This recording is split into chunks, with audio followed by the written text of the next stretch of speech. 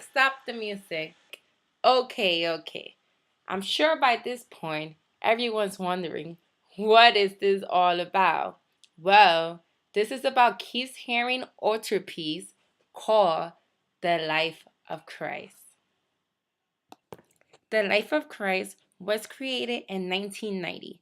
It is located inside the Cathedral Church of St. John the Divine on Amsterdam Avenue and 112th Street. The Life of Christ is a bronze and white gold triptych altarpiece. This piece was donated to the church by the Keith Haring Foundation after he died. This altarpiece, covered in gold leaves, has Keith Haring's signature characters all around it. In the center top, there is a cross, and under it, there is a heart. The heart appears to be part of a character, and the character seems to be holding a baby. Perhaps we can say that this baby is Christ. Under the character with the heart and the baby, there is drops that are falling on top of other characters that are underneath. If we look to the left-hand side, we'll see angels. And if we look to the right-hand side, we'll also see angels.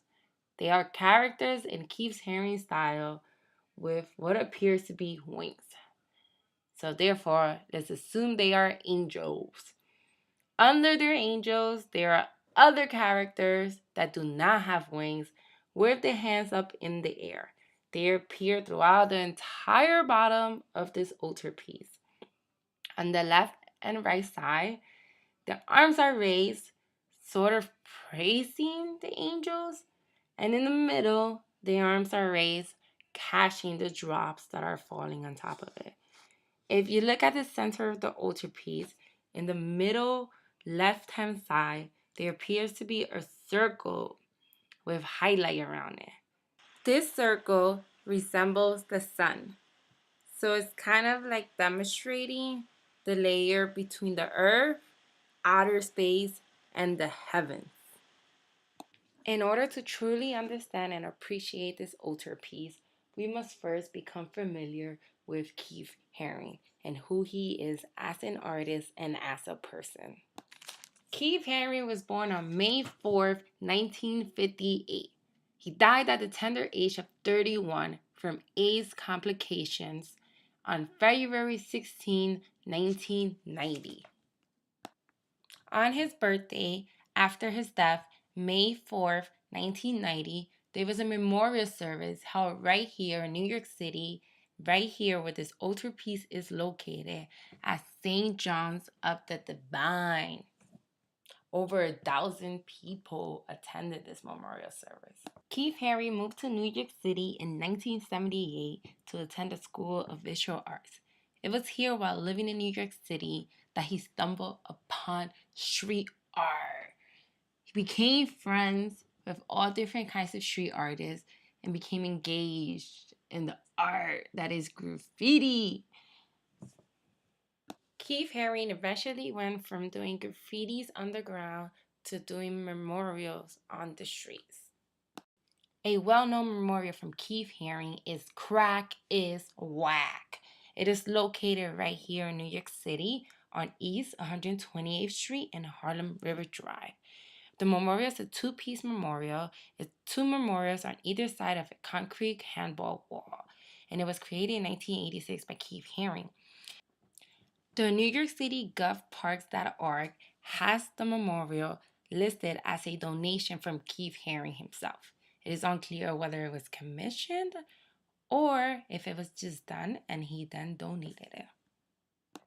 Both walls demonstrate Keith Haring's signature characters as well as his abstract forms. The first wall says Crack is Whack, and on the corner says New York City, 1986. It appears to have a skeleton in the bottom middle laid across, and then around the skeletons, there's the Keith Haring human figures bowing around, standing around, and lifting their hands. The skeleton appears to be holding a $0 bill into a flame of fire. There seems to be people overlapping themselves, and the skeleton figure also appears to be holding a horn. If you look closely to the human figures and the abstract figures under the skeletons, by the skeletons, and around the skeletons, they are similar to that of the life of Christ. Keith Haring's signature characters are definitely in this altarpiece all around. The second wall to this mural also has Keith Haring's signature characters and abstract shapes, but this wall has bigger characters and nicely spread around with like movement around them. It has the words crack is whack spread across the upper middle in red, and the rest of the wall is white and black. On the top, it has a snake eating one of the figures as the figure runs away. There's also movement around the snake, and it has two eyes, his mouth open, and a tongue sticking out. On the bottom, you have figures moving around as if they were dancing and hugging and so on. Each figure has an X across its chest. Since Keith Haring is a former graffiti artist and painted murals around New York City, I was interested to see how the audience will interact with Keith Haring's work indoors. This is not the first time Keith Haring has his work indoors. He once had a pop shop that he opened up here in New York City. Well, I decided to go to the church as the Cathedral of St. John's Divine and just see how the audience interacts with the space and with the altarpiece.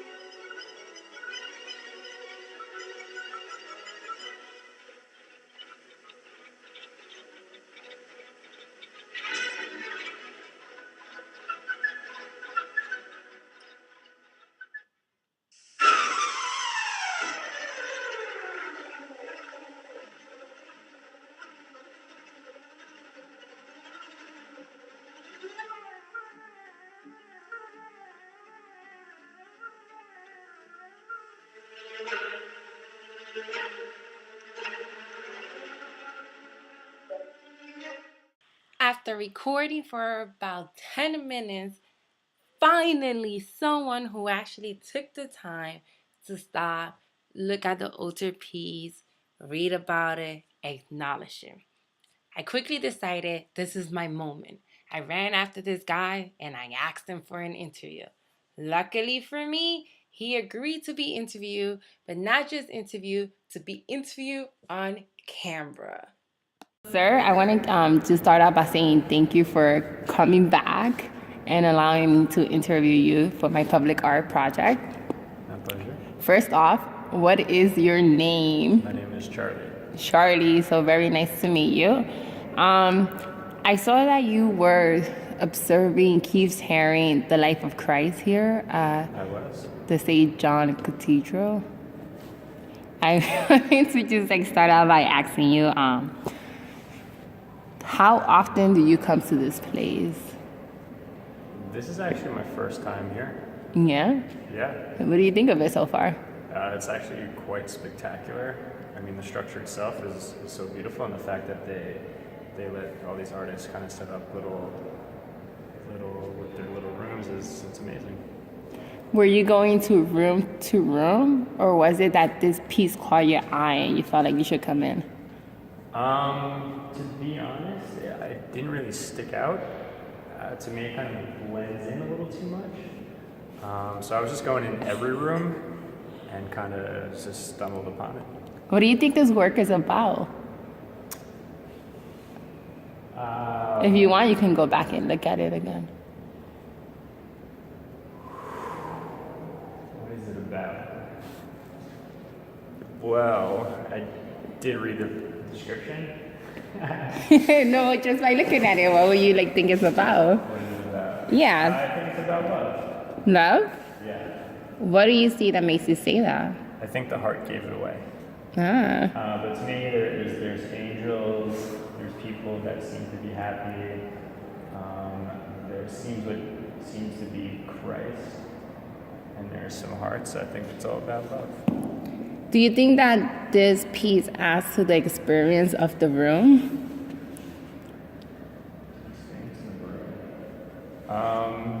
Yeah, I mean, I think there's two other exhibits in the room. They're all quite different, but I think it does work with the room. I think it looks nice, and I think it fits the room. Yeah. So, if you had to pick one thing about it, what do you like about it? Or what do you dislike about it? What do I like about it? Well, anything that is about love, I think is important, and anything that kind of makes you think a lot is really important. So that's what I like most about it. I don't think I have any dislikes about it. If it were to be completely gone, like if it were to be removed, do you think it will be missed? Yeah, I mean, absolutely. I think, especially for New York, if you have people visiting, I mean, Keith Haring is a huge artist, and for it to be displayed like this, open to the public for free, I think it should absolutely stay here. So, do you think works such as these and those all around the city, do you believe that public money should be used for works such as these? Um, yeah, I mean, I think this whole experience with all the different art, it's a lot cooler than just going into a museum, because the space itself is art itself. It's really beautiful, and I think it's nice to kind of see art, but not in a museum. So yeah, I definitely think that the public funds should go to support things like this. Do you think that by it being inside a church, does it like exclude certain people from it? Well, that's their problem. Okay. Well, last question, Charlie. The most important question of them all. Do you think this is Instagram worthy? Yeah, absolutely. Absolutely. Yeah. What makes you say that? I mean, it's kind of to have that piece in this room behind the leaded glass. I mean, it makes it look spectacular. So I think it'll make a really nice photo that people will share. Will you share it? I would share it. Well, Charlie, it was a pleasure to meet you. Thank you. Pleasure. Good luck. Thanks. I visited the site about 4 times. Each time, I came to the realization that there wasn't a lot of traffic around this piece. This piece was located in the back of the church, and you had to go up some stairs and like walk through the hallways in order to get to it. When people finally got to the piece, they were distracted by another exhibition that was sharing the space with this piece. Out of the 4 days there, few people actually approached the piece. In this video, you can see 2 women approaching the piece. When I approached them to ask them questions about what they thought about the piece, there was a language barrier, so I couldn't interview them. The few people that I did manage to stop and talk to who actually spoke English or Spanish told me that they did not notice the piece because they were looking at the exhibition and they actually thought that that was already part of the church as opposed to art added to the church. There was this one guy in particular that didn't want to be recorded, but I asked him what he thought about the piece, and he told me that since he didn't realize that it was an actual piece and that he thought it was just like part of the church, he doesn't think that it is a successful piece of art that every other piece that's displayed there is like made obvious and is there, but this one blends in with the background. I've noticed that walking around with my camera was scaring away the tourists. A lot of people didn't want to be on camera, especially in a church. They felt like they were in the way. So I decided to just start talking to people without holding a camera. I came across this one lady and we spoke in Spanish, and she told me that she's shocked that this is actually public art. She says that she's curious to see that will someone who's not Catholic or a Christian walk into this church to actually see this art? Like, how would that work? Is it like excluding a certain group of people by being in the church? I think so. So, why, out of all places, put this altarpiece inside a church? Well, it's important to know that the Cathedral of St. John the Divine is not just any church. This church is like a museum. The church itself is sort of like public art. In the 1800s, there was a 3 year long competition to choose who would decide to build this architectural art piece. So the church has always been surrounded around art, and their mission is to like bring all types of people from all types of religions together. There's over 30 mass held in the church a week, and there's so many different people from around the world that come in and out of this church. This is not your normal church. This is like a full-blown museum that accepts the community as they are and all of the people around it, and it has always been that way. Keith Haring was an openly gay artist. He died from AIDS. This church did not discriminate against him. They welcome him with open arms, and they welcome his art with open arms because that is who they are and that is what they stand for.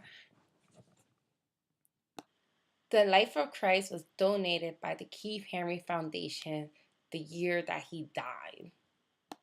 The mission of this foundation, the Keith Haring Foundation, is to expand and protect the legacy and the ideas of Keith Haring so he can live on. According to the foundation's website, in accordance with Keith's wishes, the foundation concentrates its giving in two areas: the support of organizations which provide educational opportunity to underprivileged children, and the support of organizations which engage in education, prevention, and care with respect to AIDS and HIV infection. Although Keith Haring did not create the Life of Christ with the idea that it would end up in this church, the Cathedral of St. John the Divine is an excellent location for it because it like correlates with Keith Haring's wishes. This church educates people and provides art to the community and so on. After going to the church several times and speaking to a ton of people about this piece in English and in Spanish, I have come to the conclusion that this is not a successful work of art. As excellent as this piece is and as excellent of a fit that the church is, I feel that as far as the public goes, the New York City public, we're not really exposed to this work.